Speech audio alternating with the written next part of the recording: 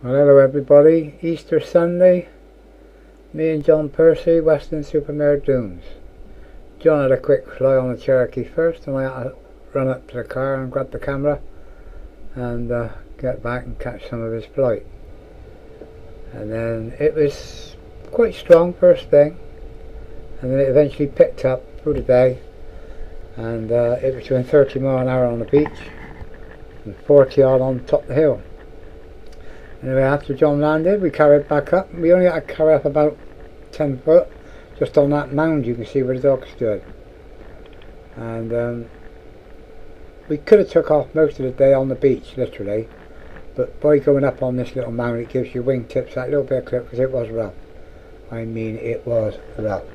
You didn't want to be in the air too long. It was like a workout in a gym. My arms are still killing me now. We had 4 flights each, and we took it in turns. We both got an harness each. John wears my old harness without a stirrup. You don't like a stirrup. You don't wear a crash helmet. And we took it in turns. It was good, but as I say, it was tiring. So you knew it was going to be tiring, so you just made the most of it and banged about the sky. But Weston's fantastic dunes. It's never smooth. If you think coastal dunes gooning is smooth, come and try Weston. And a day like today, I mean, nothing smooth at all. It was, I think, one of the worst, roughest days I've known on the dunes. But because it was off to the southwest, and my glad I didn't go to Westbury today. I don't know if anyone did fly today at Westbury, but no doubt I'll find out if I go on Facebook later on. But as I say, we had 4 10-15 minute flights each, cup of tea and coffee in between each flight, and yeah, it was really good. Nice day down on the beach. I got home early. It gives me time to make this video.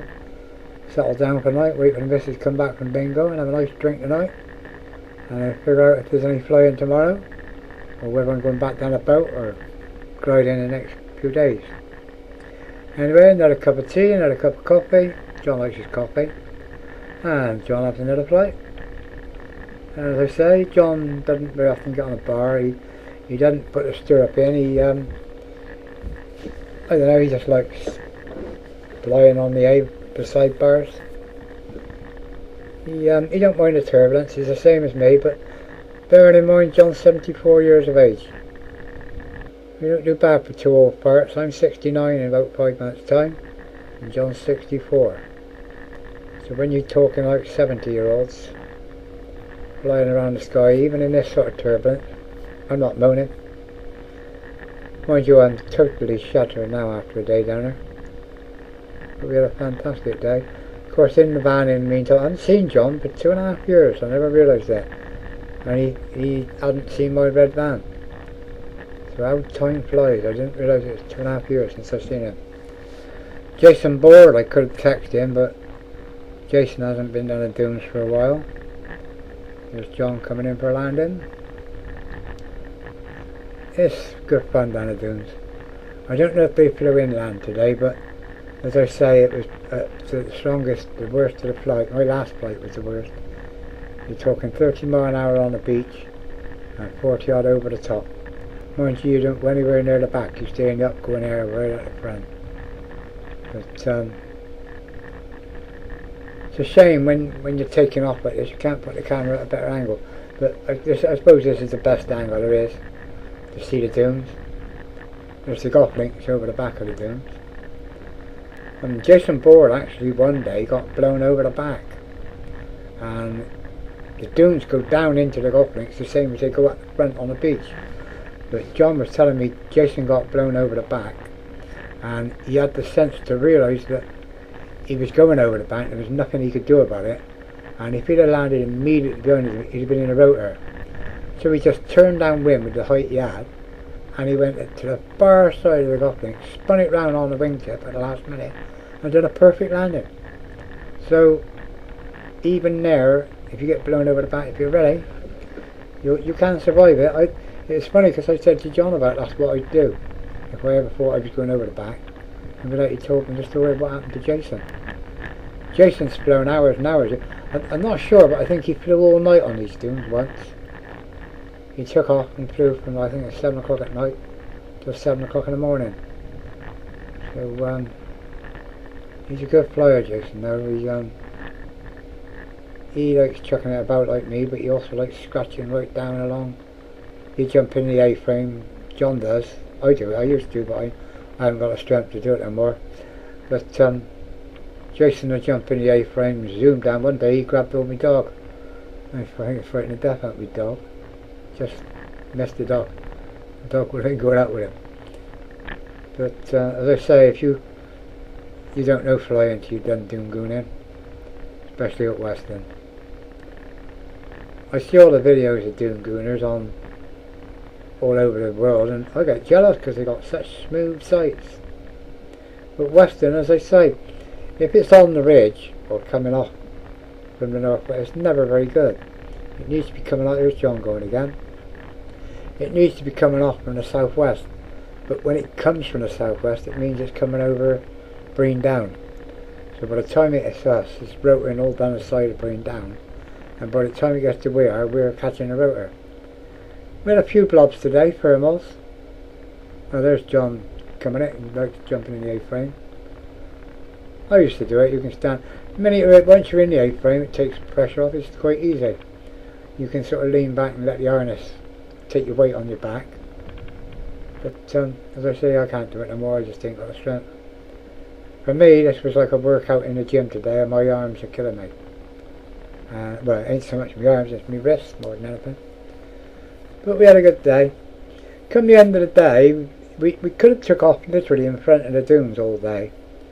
But we played safe. We just had that little bit of extra clearance, so we just climbed that 10 foot up onto that mountain. Two of us, no effort. But the last flight, you'll see in a minute, after I had my last flight, I landed, and I said to John, for the devilment of it, let's do a quick one on the front to show that we can take off in the front of the dunes. There's no need to climb up them at all on a good day. Today wasn't a good day. It was a little bit blown out, but it's blown out. It's blown out. It's just rough. It's good fun, and that's why we're in the sort of sports like this, to get a buzz out of it. Shame we don't get any adrenaline out of it anymore. But oh, it's fantastic. I love it. You get a lot of people coming along talking to you, and you're surprised when they don't know a lot about gliders. They're quite ignorant, really. They think you just got to go where the wind blows you. And as soon as you explain to them, it's like a piece of cardboard with a weight underneath. They soon pick up and get the idea. But when we tell them I'm 69 and John's 74, it sort of blows their minds. But as I say, it's nice. You can fly. It'd be nice to get a club again, like it used to be in the old days. There used to be 6 and 7 and 8 of us flying down there, and we always have cups of tea, chatting, somebody flying, others zooming down and grabbing bobble hats off of people's heads. We used to have great fun, but now nobody flies the dunes. But on strong windy days, it's the place to be. With the paraglider, but well, even with the hang glider, mind, you don't want to land in these bracken. The bracken now is like you're talking 10, 11 feet high, and it's thorns on it. I mean inch thorns.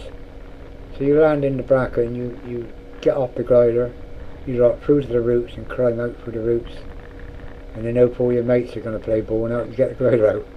But I've been lucky so far. All the years I've flown there, I've never. John said today he's landed in there a couple of times.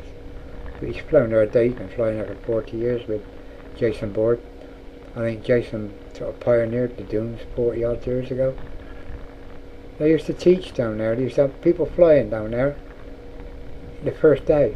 They'd have them down there and they'd be flying, and the first and second day they'd have them stored in the sand dunes in good condition. And up the other end, away from down this end where we fly now, as I say, we're in line with Breen Down, so we got a lot of turbulence, but at the other end it's a lot smoother. But today, if you'd have flew from this end up to Weston, you'd have got down there in minutes, but coming back wouldn't have been so quick. It would have been into wind as a mother of a battle to get back. There's me dogs as always. Little Sam, he really needs the exercise. He was chewed up by a pit bull, and all the exercise you can get is like doing him the world of good. He ain't the same dog now, he tends to stay with me. I think he's afraid I'm going to fly off on a glider. He follows me everywhere. But what a good day we had. And considering they said no sun today, mind you, they also said 9 mile an hour. 9 mile an hour. God. It was actually registering 32 on the beach. And you can only assume that I know through experience 27 on the beach and it's 42 on top. So it would have been 40 plus on top of the hill. But you don't get blown back, you just stay out the front. But it's hard to see from the angle of this camera. But you stay well forward in the upgoing air, and your glider's pointing down at quite an angle. So it's like it's running down a steeper hill than what it would with its normal glide angle. Anybody that flies, you know what I mean. Times like that I had to pull in so hard. It was yeah, unbelievable, really. A good flying, I love it. Don't never frighten me. It's I love flying Weston. Just wish it had come on more. Or trouble is, when it comes on good, it's also west northwest for Westbury White Horse. I tend to shoot off down a Westbury White Horse. This is the Cherokee, by the way, what we're flying. Nearly 40 odd years old. Fantastic glider. I stripped it and rebuilt it and tuned it myself, so I know exactly how it flies. It flies for how I tuned it to fly. But there, I think that was my last flight. And then when I landed, we said to John, it would have been okay all day, I don't think. So we said, well, let's take off in the front. I'm G and the punters out there pretending I'm running in the air. And we had a laugh. I shout down to John, John, you forgot to tell me how to land.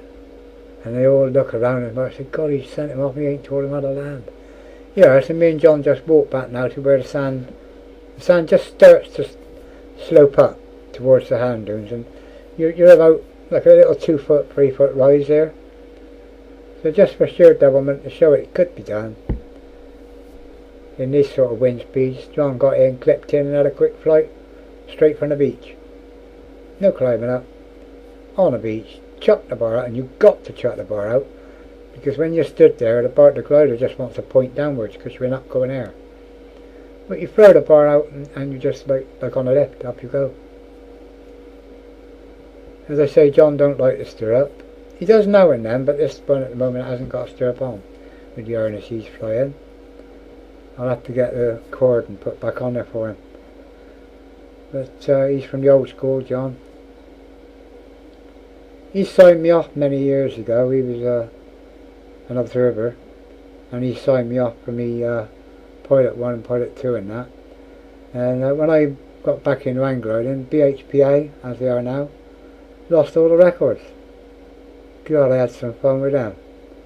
But I flew for 2 years, kept my own logbook. Eventually showed them my sailplane logbook and the logbook I kept for 2 years. And they gave me ratings. Well, there's John.